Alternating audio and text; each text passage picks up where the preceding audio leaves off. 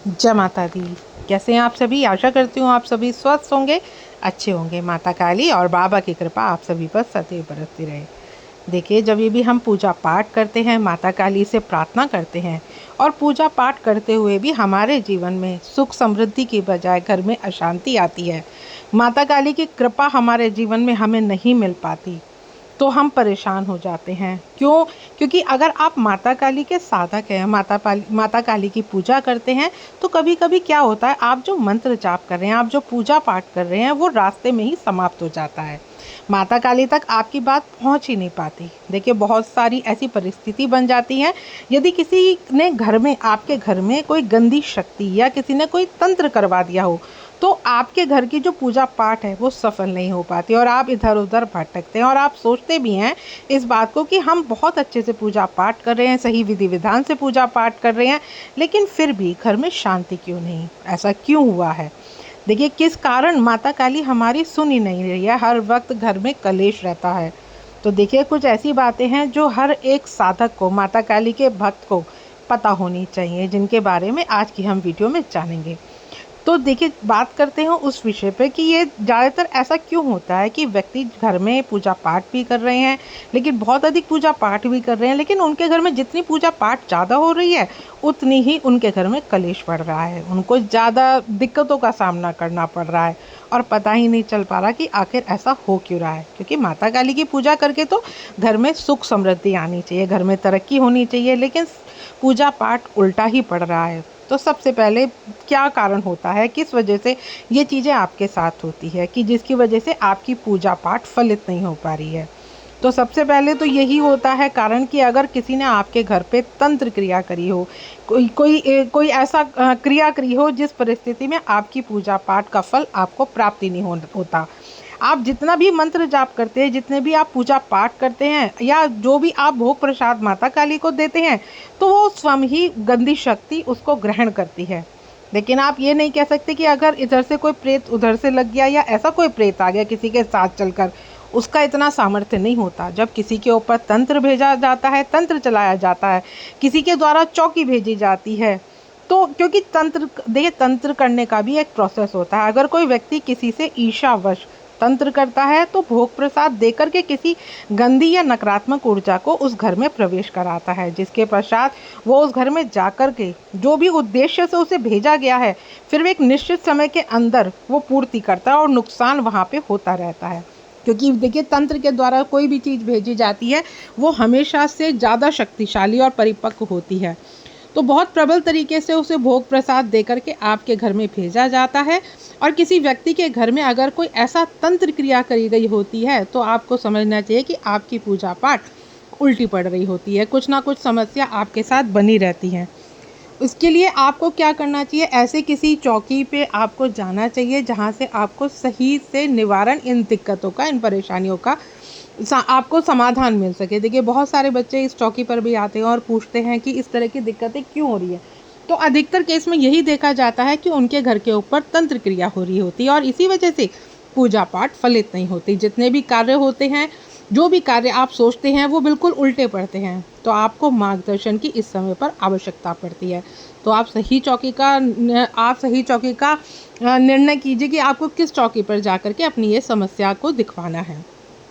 देखिए, जब ये भी आप गलत स्थान पर किसी गलत व्यक्ति के चक्कर में पड़ते हैं, तो कहीं ना कहीं आपको फ़ायदा होने की बजाय उल्टा नुकसान होता है। तो आज के समय में बहुत ज़्यादा मुश्किल हो गया है कि हर किसी पे विश्वास करना। तो पहले देखिए, आप जाइए जहां आपको लगता हो कि दरबार सही है, चौकी बिल्कुल सही है, भक्त वो सही है, उन्हीं चौकी पे आपको अपनी समस्या का निवारण करना चाहिए।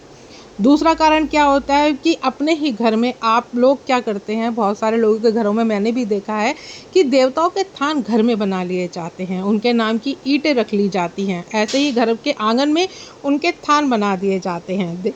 देखिए, वो थान कभी भी फलीभूत नहीं हो पाते, क्योंकि ना तो कोई उनकी स्थापना होती है और शास्त्रों की विधि के अनुसार घर में थान अपने देवताओं के बनाने भी नहीं चाहिए, जिस कारण से वहाँ देवता रहने के लिए नहीं आते। वहाँ पर जब वो थान बनाए जाते हैं, तो कोई ना कोई नकारात्मक शक्ति उस स्थान को अपना घर बना लेती है और वही आपके दिए हुए भोग प्रसाद ग्रहण करती है, जबकि देवता वहाँ निवास ही नहीं करते। देखिए शुद्धिकरण, उनकी प्राण प्रतिष्ठा, देवताओं का जो स्थान बनाए जाते हैं वो ज़्यादातर खेत में या निश्चित स्थान पर ही बनाए जाते हैं। आपने देखा होगा कि पहले के समय में खेत में उनको स्थान दिया जाता था, लेकिन आजकल घरों में लोग बाग स्थान देते हैं। और जहाँ अगर घर में भी बंटवारा होता है तो देवताओं का भी बंटवारा होता है, लेकिन ऐसा नहीं होना चाहिए क्योंकि ये चीज़ सही नहीं है। और फिर आप जब प्रसाद वहाँ भोग चढ़ाते हैं, मेवा मिश्री जो भी आप वहाँ पे चढ़ाते हैं या जोत जलाते हैं, तो वो आपके देवताओं तक नहीं पहुँचती। और ऐसी कोई नकारात्मक ऊर्जा उस स्थान पर जो रहने लगती है वो सब चीज़ें ग्रहण करने लगती है और फिर आपके घर में उत्पात मचाती है। आपके घर में अशांति बनी रहती है। जो संतान है, गर्भवती स्त्रियां हैं, उनको बीच में कोई ना कोई दिक्कत बन जाती है। और बहुत सारी दिक्कतें हैं जो आप लोगों को इस तरह से झेलनी पड़ती है। जिन लोगों के घर में ऐसे ही देवता बना रखे हैं, घरों में थान बना रखे हैं, तो थोड़ा सा इस चीज़ को आप देखिए। अगर आपके घर में भी थान बना हुआ है तो कहीं आप सही चौकी पर जा कर के उन सब चीज़ों का निवारण करवाइए। देखिए कभी भी इस चीज़ के लिए मैं यही बोलूँगी कि कभी भी थान घर में नहीं बनाने चाहिए। ध्यान रखिए कि घर में जब धीरे धीरे आप देखिए, जब एकदम से हमारे घर में कुछ भी नहीं होता, जब ये दिक्कतें होती हैं तो धीरे धीरे बढ़ती हैं और कलेश बना रहता है, बीमारियां पकड़ लेती हैं, जिन बीमारियों का पता भी नहीं चल पा रहा है, शरीर अंदर से ख़त्म होता जा रहा है, तो वो नकारात्मक शक्तियां धीरे धीरे सभी चीज़ों पर अपना कब्जा कर लेती है। और जब आप पूजा पाठ करते हैं तो फिर आपके पूजा पाठ आपके देवताओं तक, आपके इष्ट तक नहीं पहुंच पाती, क्योंकि नकारात्मक शक्तियाँ अपना प्रभाव दिखाती हैं। और जो बोलते हैं ना कि हम पूजा पाठ कर रहे हैं लेकिन हमें पूजा पाठ का फल नहीं मिल रहा है, तो वो इसी वजह से नहीं मिलता है कि अगर आप साधना में भी, आपने साधना प्रारंभ की है माता काली की और निश्चित समय के बाद ही आपकी पूरी होनी है, तो इस बीच में कहीं ना कहीं अगर आपके घर में जो भी नकारात्मक शक्तियाँ हैं आपको परेशान कर देंगी, आपके परिवार को परेशान कर देंगी, आपका, क्योंकि हर व्यक्ति आपसे जुड़ा है, आप घर के सदस्य हैं, तो किसी ना किसी पर अगर घर के अंदर भी कोई नकारात्मक ऊर्जा है तो साधना काल में बहुत सारी परेशानियों का आपको सामना करने पड़ेगा। वो कभी भी नहीं चाहेंगे कि आपकी साधना फलीभूत हो। लेकिन अगर आपके गुरु सही हैं, आपको हर चीज़ से वो प्रोटेक्शन देते हैं, आपकी साधनाएं पूरी करवाते हैं, तो फिर आपको दिक्कत नहीं है। लेकिन इसीलिए बार बार कहा जाता है कभी भी साधना बिना गुरु के नहीं करनी चाहिए, क्योंकि कभी भी आपके पास, आपको नहीं पता कि आपकी साधना करने से कितनी गलत शक्तियाँ भी अट्रैक्ट आपकी तरफ होती है। तो इसी वजह से आपको दिक्कत बनती है, घर में नकारात्मक शक्तियाँ ज़्यादा प्रभावशाली हो जाती हैं। तो घर में अगर पूजा पाठ भी हो रहा है, भोग प्रसाद भी दिए जा रहे हैं, तो वो सब नकारात्मक शक्तियाँ ही ग्रहण कर रही हैं। तो ऐसे कुछ संकेत मिलते हैं आपको सपने के माध्यम से, जैसे आपको बार बार शमशान दिखाई देता है, बार बार आपको मांस के टुकड़े दिखाई देते हैं, सपने में आपको गंदे सपने आते हैं, ठीक है, आपको गंदे सपने आते हैं, आपको नंगे बच्चे दिखते हैं, ठीक है। तो ऐसे जब आपको इस तरह के सपने आए तो आप समझ लीजिए कि कोई ना कोई नकारात्मक शक्ति आपके घर में विराजमान है जो इस प्रकार से आपको परेशान करती है। तो वो अपने होने का आपको एहसास भी कराती है और सपने में समय पर आपको दिखाती भी है। तो अगर आप ये सब चीज़ें चाहते हैं कि आपके घर में ये दिक्कतें, ये परेशानी, सब चीज़ें ख़त्म हों और नकारात्मक ऊर्जा से आपको निवारण मिले, तो आपको सही जगह का चयन करना होगा। देखिए, जब आपके घर में नकारात्मक शक्ति होती है तो आपकी अखंड ज्योत भी बार बार बुझती है। जब अगर किसी के घर में तंत्र क्रिया होती है या कोई नकारात्मक शक्ति होती है तो वो क्या करती है, वो आपकी अखंड ज्योत को कभी भी अखंडता से जलने नहीं देगी, बार बार आपकी वो अखंड ज्योत बुझाएगी। वो इसी वजह से, क्योंकि देखिए जब आपकी पूजा प्रभावी होगी तो फिर उनको वहाँ से जाना पड़ेगा और वो नकारात्मक ऊर्जा कभी भी नहीं चाहती कि वो यहाँ से जाए। क्योंकि जैसे कहते हैं ना, अगर आपने इस चीज़ को देखा भी होगा कि घर में अगर हम किराएदार हैं और हमें घर खाली करते हैं तो घर खाली करने में किराएदार को भी जोर पड़ता है। तो ये नकारात्मक ऊर्जा, इनको तो भरपेट भोजन मिल रहा है, ये क्यों चाहेंगे कि वो आपका घर छोड़ करके जाएँ।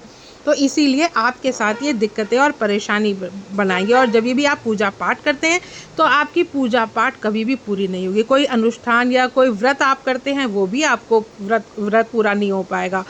आप जितनी आप पूजा बढ़ाएंगे उतनी ही आपके घर में परेशानी होती जाएगी, क्योंकि जब आप पूजा पाठ करते हैं तो ये आपकी जो ऊर्जा बनती है उस ऊर्जा को भी यही खा लेते हैं और इसी वजह से आपको दिक्कतें और परेशानी बनती है। तो इसलिए अगर आप ये सारी चीज़ें चाहते हैं कि आप ये सोच रहे हैं कि भाई हम तो पूजा पाठ कर रहे हैं और पूजा पाठ में आपकी बाधा डल रही है, तो सबसे ज़्यादा प्रभाव यही पड़ता है कि आपको कोई नकारात्मक ऊर्जा आपके घर में है, वो बाधा उत्पन्न कर रही है और वो आपकी पूजा से कहीं ना कहीं अधिक शक्तिशाली है, क्योंकि आप इनकी शक्तियों का अंदाज़ा नहीं लगा सकते हैं कितनी ज़्यादा शक्तिशाली हैं।